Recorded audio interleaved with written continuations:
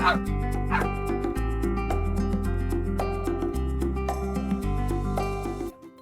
everyone, my name is Casey Liptak and I am an interior designer here at Trademark Interiors. Today I will be talking to you about how to select a flooring for your space. So our three main points that we are going to touch on is budget, maintenance, and durability.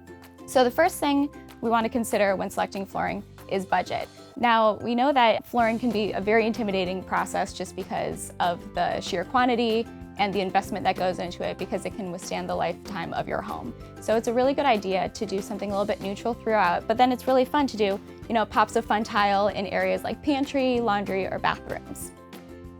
So now we're going to talk about maintenance. So every floor requires maintenance, whether it's polishing, refinishing, or cleaning. So when selecting something like engineered wood flooring, if you know you're going to be refinishing it in the future, it's better to select one with a bigger thickness versus a thinner one. So here at Trademark, we are pretty selective on when we use carpet, just because the maintenance is a little bit higher, when it comes to cleaning and keeping it, stain-free.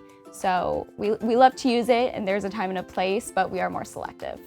The last piece that we'd like to discuss is durability. So we know kids, pets, and a crazy lifestyle can put a lot of wear and tear in your house. So if you have a very active lifestyle, it's kind of best to choose a more resilient flooring, like a harder surface, rather than a carpet. Here at Trademark, we actually have our own line of wood flooring that is hand-selected by our designers, so we know it will look beautiful in your home. All in all, it's important to choose a timeless style, and it's okay to take your samples home and live with them for the time being before you fully make your selection.